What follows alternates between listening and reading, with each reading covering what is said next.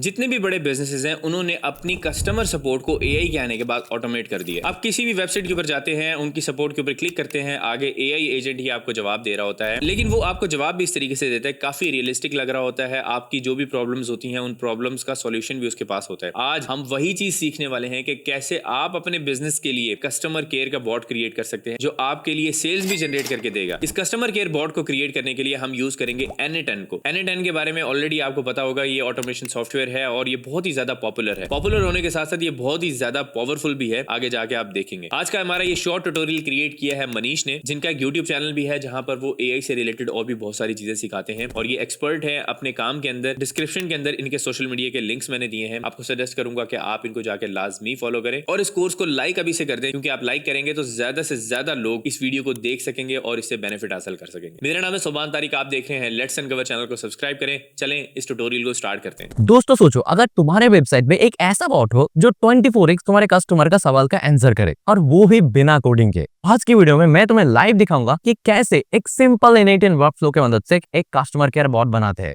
चलो शुरू करते हैं बिना टाइम वेस्ट किए, पर पहले एक डेमो देख लेते हैं। दोस्तों मान लो तुम्हारी एक वेबसाइट है और तुम उस वेबसाइट पे अपनी प्रोडक्ट सेल करते हो। मान लो यहाँ पर सर्टिफिकेट कोर्स बेचा जाता है, ठीक है, या फिर तुम्हारे कोई ई कॉमर्स वेबसाइट भी हो सकता है। तो देखो इस वेबसाइट में ये जो नीचे चैट बॉक्स है, यहाँ पर कस्टमर क्लिक करके चैट कर सकता है और थोड़ा बातचीत करता हूँ। तो मैं यहाँ पर लिखा हाय और देखो तुरंत रिप्लाई भी आ गया, welcome to our learning platform वगैरह, ठीक है। अब चलो मैं इसमें देसी भाषा में सवाल पूछता हूँ, भाई ये फ्रीलांसिंग वाला कोर्स का डिटेल्स बताओ जरा।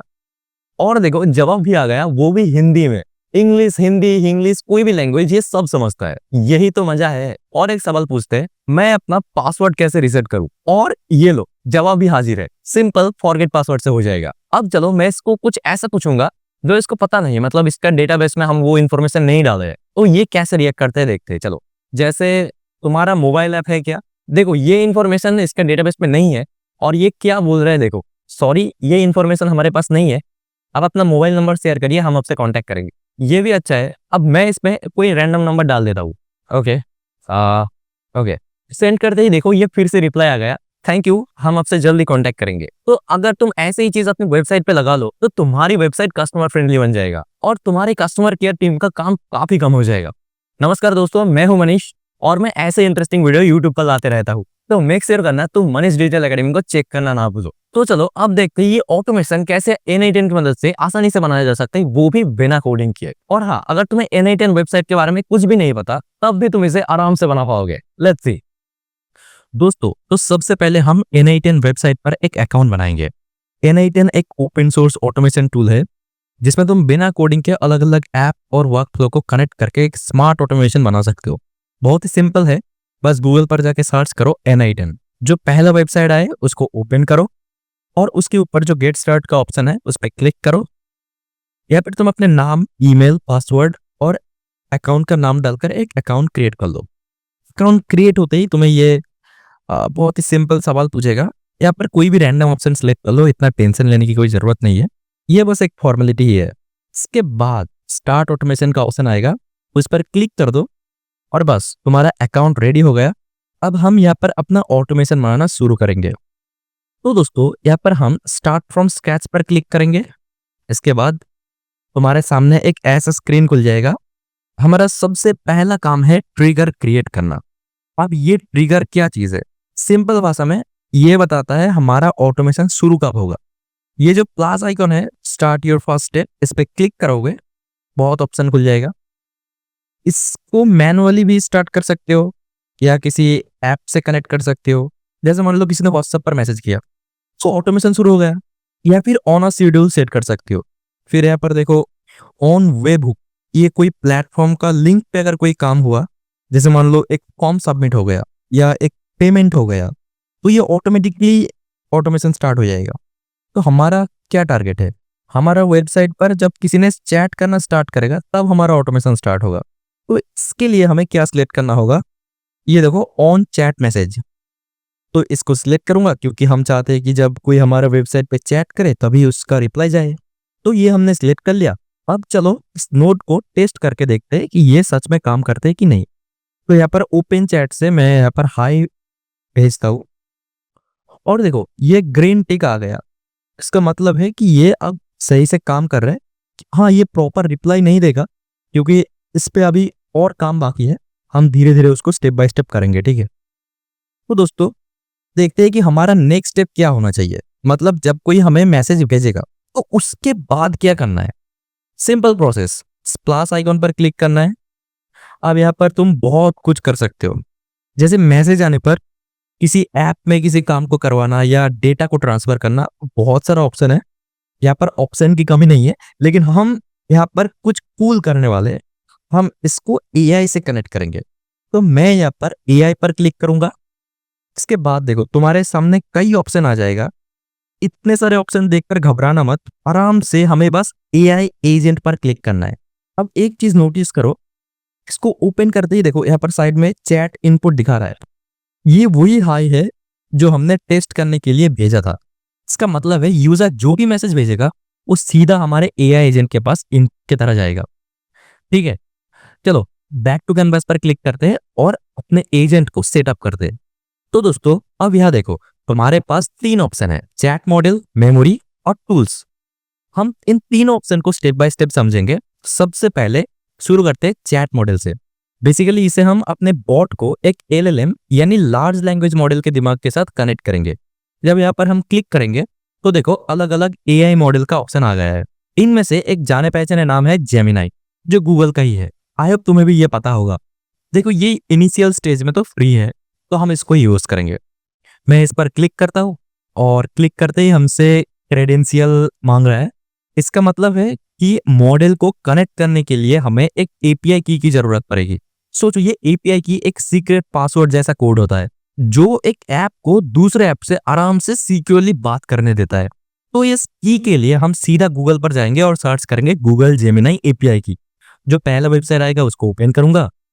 तो यहाँ पर मैं एक एपीआई की क्रिएट करूंगा। प्रोसेस बहुत ही सिंपल है, बस वेबसाइट में क्रिएट एपीआई की पर क्लिक करूंगा।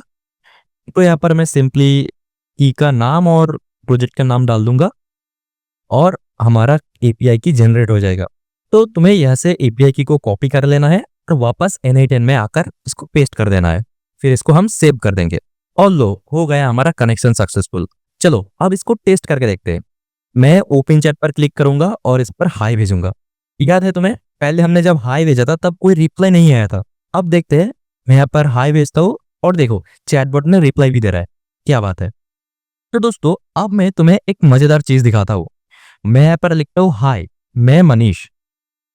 इसने रिप्लाई किया दिया, हाय मनीष मैं आपको कैसे मदद कर सकता हूँ वगैरह, ठीक है।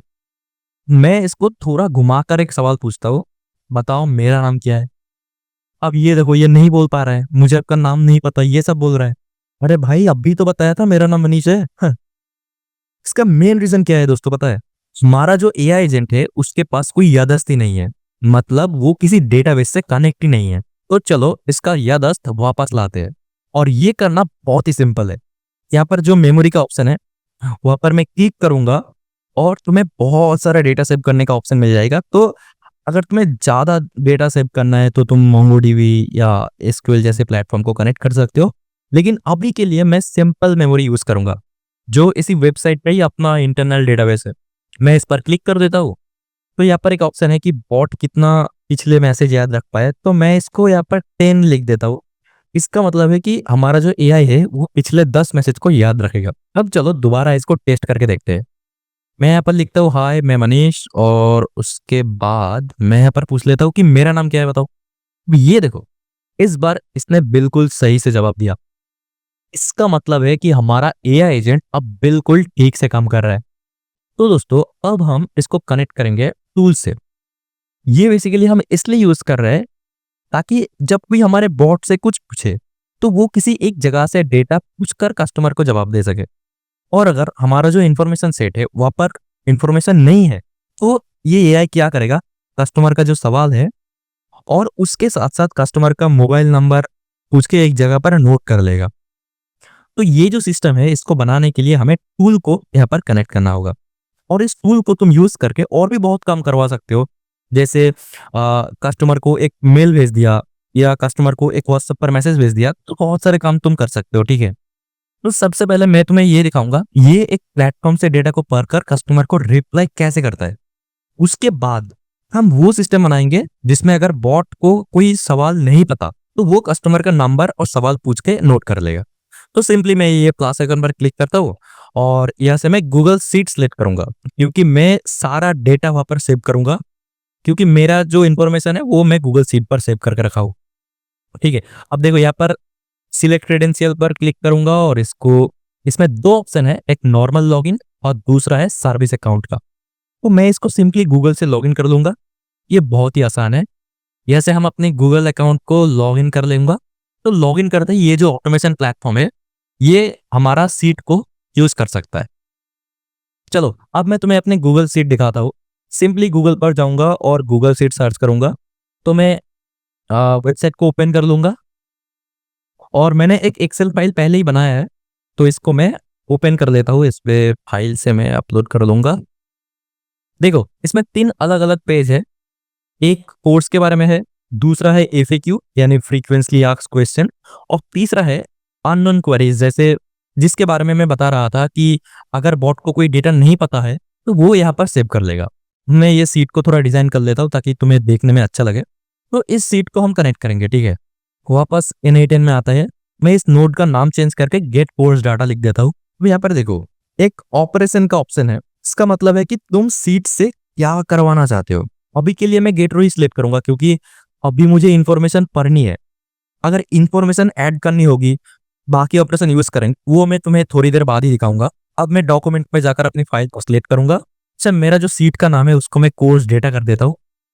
अब देखो यहाँ पर कोर्स डेटा आ चुका है। इसके अंदर से मैं कोर्स वाला पेज को सिलेक्ट करूंगा। अच्छा, इस नोड का नाम ना मुझे अभी भी ठीक नहीं लग रहा है। मैं इसको गेट कोर्स इन्फॉर्मेशन कर देता हूँ। चलो हमने पेज सिलेक्ट कर लिया है, कनेक्ट कर दिया है। अब टेस्ट करते हैं। मैं कोर्स से रिलेटेड कुछ पूछता हूँ, जैसे can you tell me about the forwarding course. और देखो हमारा रिप्लाई आ गया है। इसका मतलब है हमारा जो बॉट है वो गूगल सीट से डेटा को बिल्कुल आराम से पढ़ पा रहा है। नाइस। अब बिल्कुल इसी तरह मैं दूसरे नोड को भी कनेक्ट कर लूंगा। हमारा एफएक्यू था। ठीक है, तो तो इसको मैं जल्दी जल्दी कर लेता हूँ। सेम प्रोसेस है एकदम।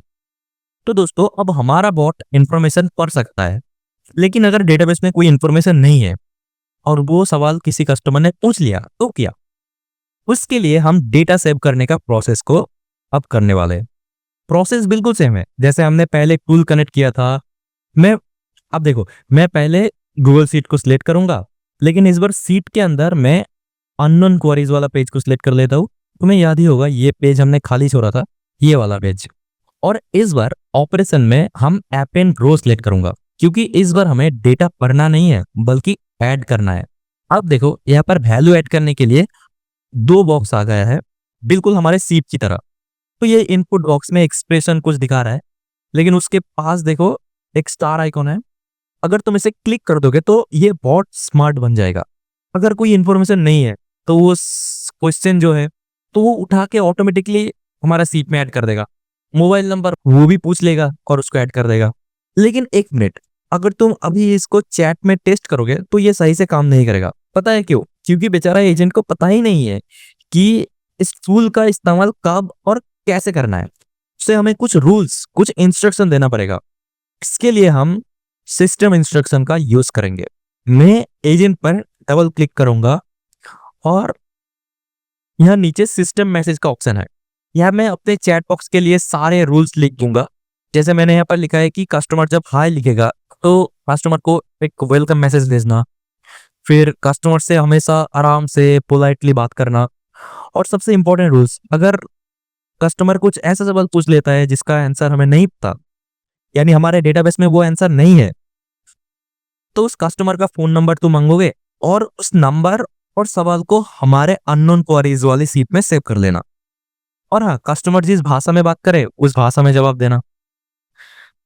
चलो हमने इंस्ट्रक्शन सेव कर दिया है, अब फाइनल टेस्ट करने की बाकी है। देखते हैं हमारे बॉट स्मार्ट बना या नहीं। पहले हम हाय भेजते हैं और ये देखो हमारे वेलकम मैसेज आ गया। परफेक्ट। अब एक ऐसा सवाल पूछता है जो डेटाबेस में है ही नहीं, जैसे क्या कोर्स खरीदने के लिए, जैसे क्या कोर्स खरीदने के लिए ईएमआई का ऑप्शन अवेलेबल है। ये इंफॉर्मेशन हमने डेटाबेस में नहीं दिया था। अब देखते हैं बॉट क्या कहते हैं। देखो ये सॉरी बोल रहा है और हमसे हमारा मोबाइल नंबर मांग रहा है। क्या बात है।